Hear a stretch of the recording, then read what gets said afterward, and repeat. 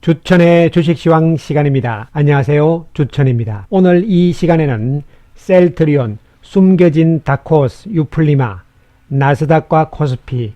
자, 그럼 무엇을 알아볼 것인가? 첫 번째, 단숨에 3100포인트 돌파, 코스닥 시장은.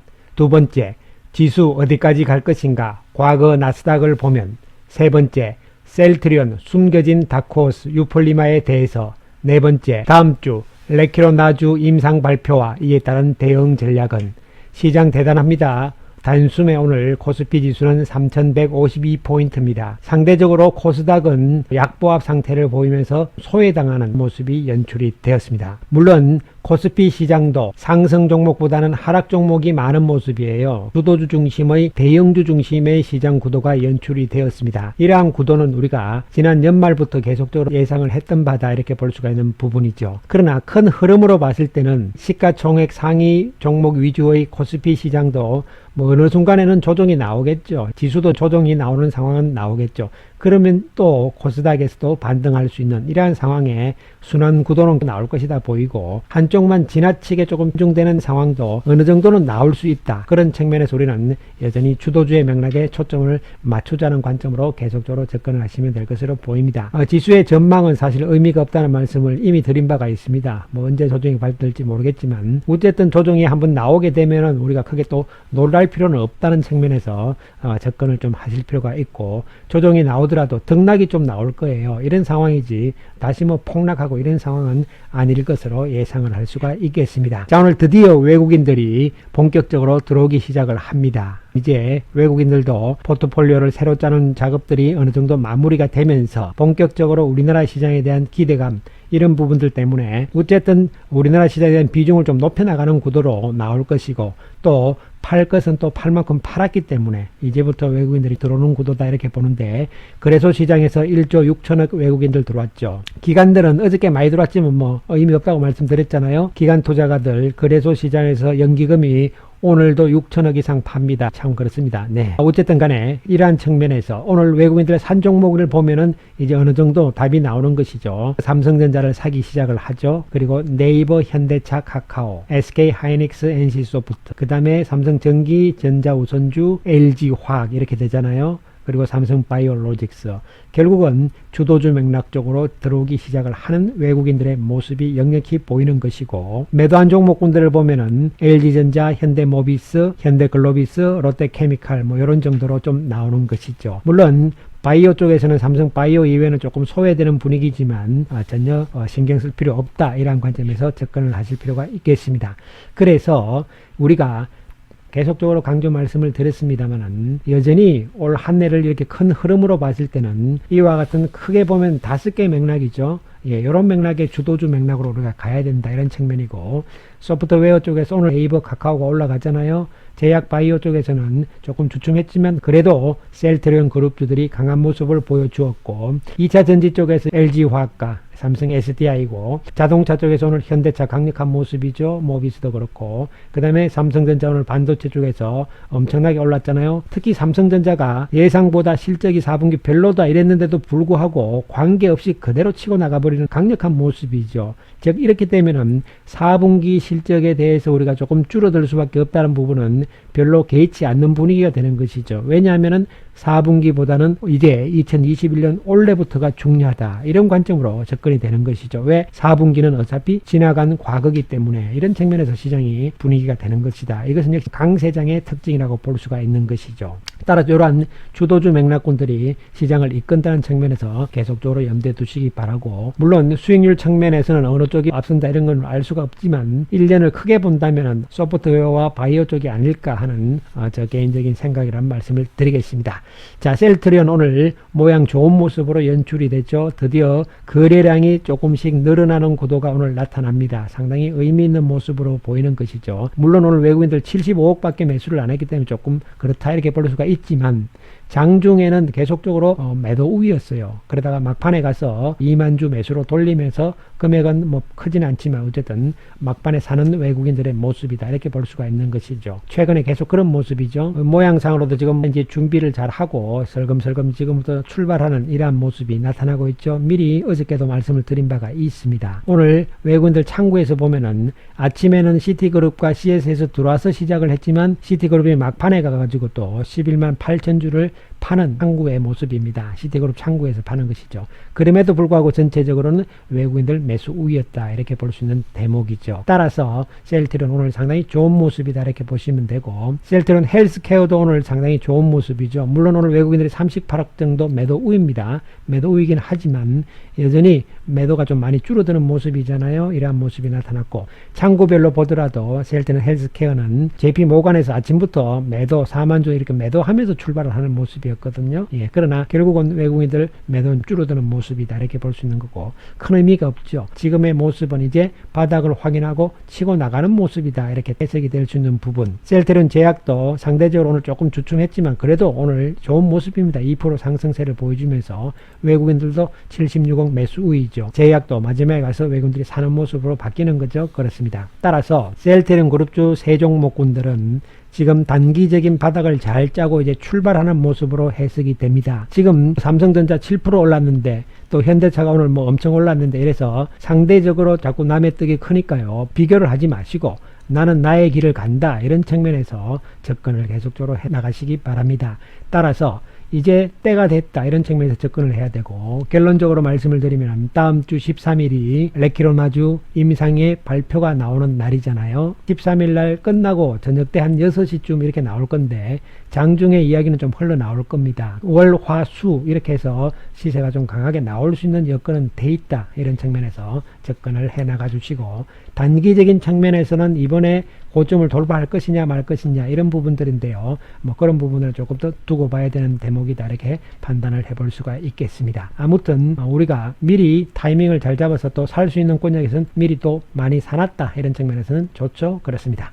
자, 미국 시장 또 올라가잖아요. 신고가로 계속 가는데 참 뭐 대단합니다. 대단한 상황이 계속적으로 나타나고 있고, 지금 전 세계적으로 이런 분위기인데요. 물론 후유증 이야기들도 나오곤 합니다만 어쨌든 간에 잔치는 우리가 계속 좀 즐겨야 되는 것이죠. 그렇습니다. 자, 코스피 40년 어저께도 보여드렸습니다. 이러한 상황들인데, 자, 그럼 이제 앞으로 우리 시장이 어떻게 될 것인가. 사실 지금 지수라든가 이런 측면에서의 분석은 의미가 좀 없는 상황이에요. 언제든지 갑자기 시장이 또 폭락할 수 있는 것도 나올 수도 있는 것이죠. 물론 우리가 예측하지 못했던 돌발적인 악재가 나온다면 그런 상황도 나올 수 있는 것이죠. 그러나 어쨌든 간에 지금 상황에서는 뭐 그러한 특별한 악재가 될 만한 것은 별로 안 보이는 상황이다 이렇게 보는 것이죠. 그렇다면 우리 시장이 이렇게 역사적으로 이렇게 나왔는데, 그럼 앞으로 언제까지 얼만큼 갈 것이냐, 얼만큼 갈 것인지는 모르겠어요. 모르겠지만 기간별로 우리가 한번 살펴볼 필요성이 있는 것은 미국 시장이다 이렇게 보는 것이죠. 지금 현 시점이 미국의 언제쯤일까 이런 것을 먼저 생각을 해봐야 되겠죠. 먼저 미국 시장은 2009년 3월을 바닥으로 해서 작년 1월달 사태가 나오기 전까지만 해서 약 10년 10개월을 계속적인 상승세였습니다. 그리고 조정을 받고 다시 시작을 하는 미국 시장의 모습이죠. 그러면 과연 우리 시장은 지금 어디쯤 와 있을까 이런 부분들이잖아요. 잘 모르겠어요. 잘 모르겠는데 제가 보는 관점은 이렇습니다. 지금 우리가 나스닥과 비교를 좀 할 필요성이 있습니다. 왜냐하면 나스닥의 시가총액 주력 종목군들이 우리 시장의 코스피의 시가총액 상위 종목과 거의 흡사하다는 것이죠. 애플과 삼성전자, 그 다음에 테슬라와 현대차, 그리고 테슬라와 관련되어 있는 현대차뿐만이 아니고 LG화학, 삼성 SDI 이런 개념들이잖아요. 그 다음에 구글과 네이버, 카카오 이런 개념들이죠. 미국의 바이오 관련주들은, 바이오 제약주들은 이미 성숙 단계에 들어가 있다는 측면이고, 우리나라 시장의 바이오주들, 특히 셀트리온 그룹주들은 이제 막 성장기에 지금 들어가서 출발하는 관점이라는 측면이 다르다는 측면이죠. 그래서 이런 측면에서 우리가 접근을 하는데, 그러면은 미국 시장과 우리 시장, 지금 우리 시장이 어디쯤 와 있을까 이렇게 봤을 때 제가 볼 때는 약 한 2014년 정도에 와 있지 않을까 이렇게 생각을 합니다. 그래서 앞으로도 충분히 몇 년 동안 이러한 미국 시장과 같은 상승세가 우리 시장도 나올 수 있는 여건은 돼 있는 것인데, 문제는 지수가 이렇게 올라가는 것은 미국 시장도 시가총액 상위 종목군들이 끌고 갔기 때문에 그런 것이죠. 우리 시장도 그러한 형태가 될 가능성이 상당히 높다는 측면에서 접근을 해야 될 것으로 보입니다. 아무튼 뭐 지나놓고 봐야 아는 것이니까 앞으로 어떻게 될지는 저도 뭐 타임머신을 타고 갔다 온 것도 아니기 때문에 정확하게 알 수는 없지만,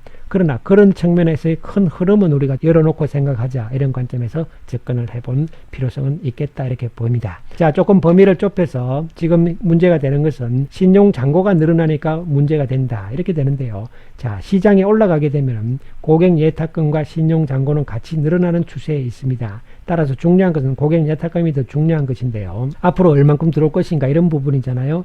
돈들이 계속 들어오게 되면은 신용 부분은 커버가 될 것이다, 이런 측면이죠. 코스피와 코스닥의 시가총액을 합친 것과 고객 예탁금의 관계를 한번 보는 것이죠. 그래서 비율을 따져봤더니만 과거에 2004년 때 예탁금이 많은 적이 있었죠. 이 무슨 이야기냐면은 코스피 플러스 코스닥의 시총이 분모니까 고객 예탁금이 늘어나면 늘어날수록 이 숫자는 커지는 것이죠. 그렇습니다. 그리고 또 주가가 올라가서 시가총액이 커지면은 고객 예탁금이 안 들어오면은 또 숫자가 낮아지는 것이죠. 그런데 둘 다 같이 커지면은 둘 다 같이 커지는 거예요. 예, 이런 측면에서 쉽게 생각을 하시면 되는데, 평균적으로는 1.85라고 보는데 지금 여기 있는 것이잖아요. 여기 있는 상황이에요.